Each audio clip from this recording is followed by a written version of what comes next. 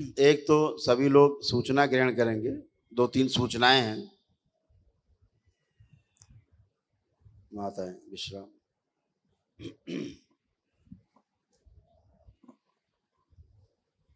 दो तीन सूचनाएं हैं। एक तो ये कि जो दरबार ने जो निर्णय लिया था,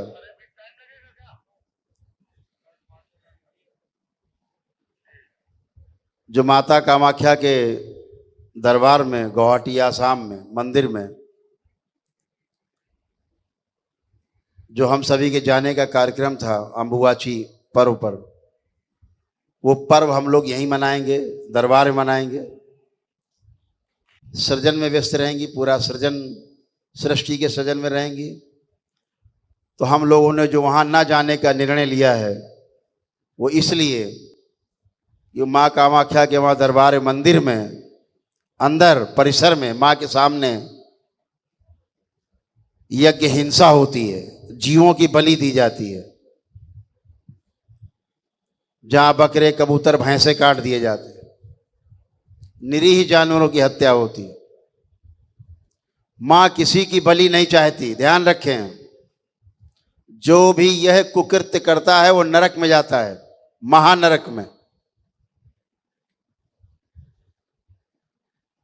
सारी बलि दैत्य को जाती है। आप ये बलि जो देते हैं दैत्यों को देते हैं, आप जो आपको उल्टा चढ़ के खाते हैं, जो बैठ करके ये कुकृत्य मां के मंदिर में कर रहे हैं वो सब नरक में जा रहे हैं, करवा रहे हैं वो भी नरक में जा रहे हैं, और जो प्रेरित कर रहे हैं बलि के लिए, निरीह जानवरों की जीवों की हत्या के लिए, वो सब नरक में जा रहे हैं। पूरा परिवार सब नरक में जा रहे हैं, कभी मुक्ति नहीं मिलेगी। ध्यान रखें। इसलिए इस जीव हत्या का हम सब विरोध करते हैं, एक स्वर से विरोध करते हैं।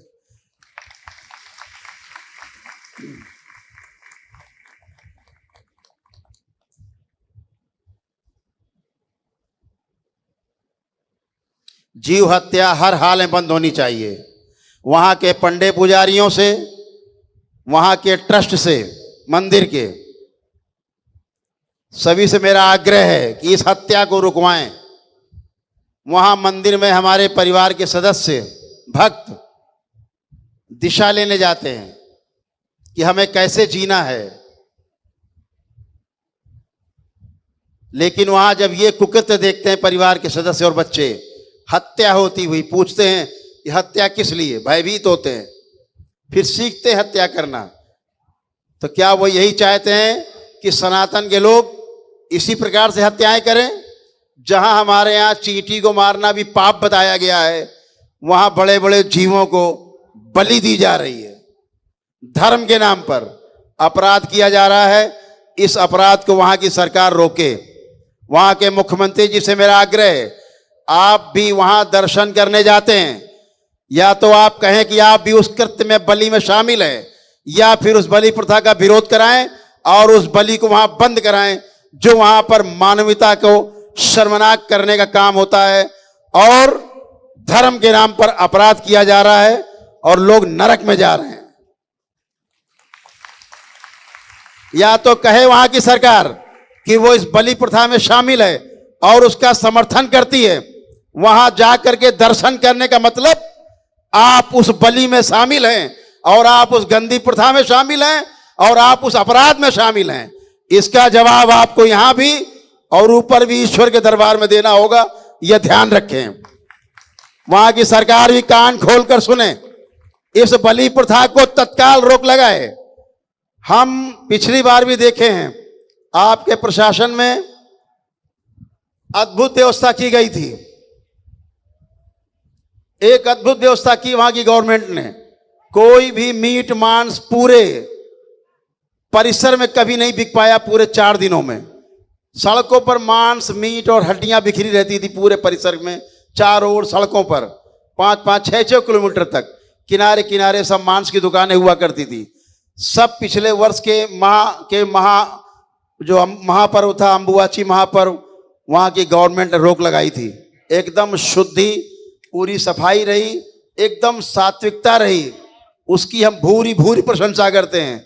लेकिन आपसे आग्रह करते हैं कि ये हो रहा कृत्य भी रोका जाए, ये बलि प्रथा रोकी जाए वहां की, ये अपराध है। अन्यथा हम सभी करौली शंकर महादेव दरबार के लोग यहां से लेकर असम तक आंदोलन करेंगे। ये बात वहां की सरकार कान खोल के सुन ले, वहां का मंदिर प्रशासन कान खोल के सुन ले, पंडित पुजारी वहां के कान खोल के सुन ले। ये अपराध वहां बंद करें, बंद करें और बंद करें। जीव हत्या बंद हो, जीव हत्या, जीव हत्या, यज्ञ हिंसा, यज्ञ हिंसा। ये कहना चाहता हूं फिर से, अपराध बिल्कुल बंद होना चाहिए मंदिर परिसर में। निरीह पशुओं की हत्या बंद होनी चाहिए, अन्यथा दरबार आंदोलन के लिए तैयार है, मां को पवित्र रखने के लिए तैयार है। मां को पवित्र रखने के लिए, मां को प्रसन्न रखने के लिए दरबार कुछ भी करने को तैयार है। अपराध कर रहे हैं वहां जिससे मां क्रोधित है, मां अप्रसन्न है। पंडित पुजारियों से भी, ट्रस्ट से भी, करने कराने वालों से, बलि के भी, सभी से अप्रसन्न और क्रोधित है। ध्यान से सुने वहां जाने वाले भक्त, कभी कोई बलि ना करे, ना बलि का समर्थन करें, अन्यथा नरक में न तुम्हें और न तुम्हारे परिवार को कोई स्थान नहीं मिलेगा। ध्यान रखना, तुम्हारी 7 पुस्तों को कभी मुक्ति नहीं मिलेगी। यह करौली शंकर महादेव का श्राप है। जो वह बलि करेगा मंदिर परिसर में, महाअपराध है, कभी भी मुक्ति नहीं पाएगा उसका परिवार, उसका वंश कभी मुक्ति नहीं पाएगा। ध्यान रखे, कान खोल के सुन ले फिर से, अपराध बंद करो, वरना कठोर दंड के लिए, मां के द्वारा दिए जाने वाले कठोर दंड के लिए सब तैयार रहो एक साथ। कोई शेष नहीं बचेगा, सबको दंड मिलेगा मां की ओर से। ध्यान रहे, मां कामाख्या यहां विराजमान है, करौली शंकर महादेव में विराजमान है, इस करौली ग्राम में विराजमान है। अगर देखना है वहां के लोगों को, कामाख्या के प्रशासन को, आंखें हो, कान हो, आकर के यहां देखे कि मां कहां विराजमान है। और ध्यान रहे, इस बार ब्रह्मपुत्र नदी का जल भी लाल नहीं होगा। मां बिल्कुल क्रोधित है इन हरामजादों से, अपराधियों से। मां यहीं विराजमान है और यहां विराजमान रहेगी। केवल अंश मात्र मां का दरबार में, मां कामाख्या में विराजमान है, वो भी मेरे द्वारा। ध्यान रहे, अगर यही हाल रहा तो मां वो नीलांचल पर्वत को छोड़ देगी। ये ध्यान रहो। अपराधियों, अभी भी होश में आ जाओ। सारे पंडित पुजारी, सारे वहां के पंडित पुजारी और वहां का ट्रस्ट ध्यान से सुने। बलि प्रथा पर, धर्म के नाम पर होने वाले अपराध को रोक लगाए तत्काल। बोलिए सद्गुरुदेव भगवान की, गुरु माता की। बोलिए सद्गुरुदेव भगवान की, गुरु माता की, भगवान भोलेनाथ की, माता कामाख्या की, सभी संतों की, गौ माता की। बोले सच्चे दरबार की, करौली शंकर महादेव की। हर हर महादेव। इसीलिए हम लोगों ने बहिष्कार किया वहां जाने का अंबुवाची महापर्व में, कि मां क्रोधित है, मां को इन लोगों के कारण शर्मसार होना पड़ता है। तो जब तक बलि प्रथा वहां की बंद नहीं हो जाएगी मंदिर के अंदर, तब तक करौली शंकर महादेव दरबार का कोई भक्त उस परिसर में प्रवेश नहीं करेगा। यही मां विराजमान है, खूब पूजा अर्चना करिए। आपके घर में विराजमान है, घर घर में विराजमान है, सबके हृदय में विराजमान है। खूब पूजा अर्चना करिए, लेकिन बलि प्रथा का विरोध हम वहां ना जा करके करते रहेंगे। बोलिए सद्गुरुदेव भगवान की। हरि हर।